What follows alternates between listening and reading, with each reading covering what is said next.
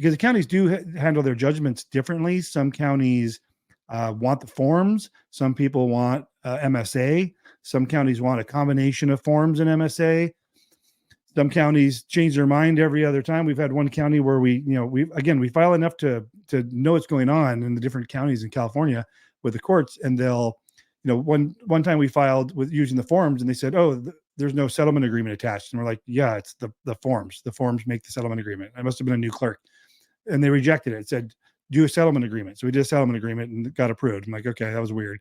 And then I keep notes because I don't want that to happen again. So the next time I submitted a settlement agreement, and they said, "Oh, we have a preference that you use the forms." And sometimes I just have to throw up my hands and say, we're at the whim of the courts, the clerks. And there's multiple departments, so you're not always dealing with the same clerk or court. You never know what you're going to get. I know there's a lot of turnover in the courts as well, so I know that has something to do with it, and it's just their lack of training.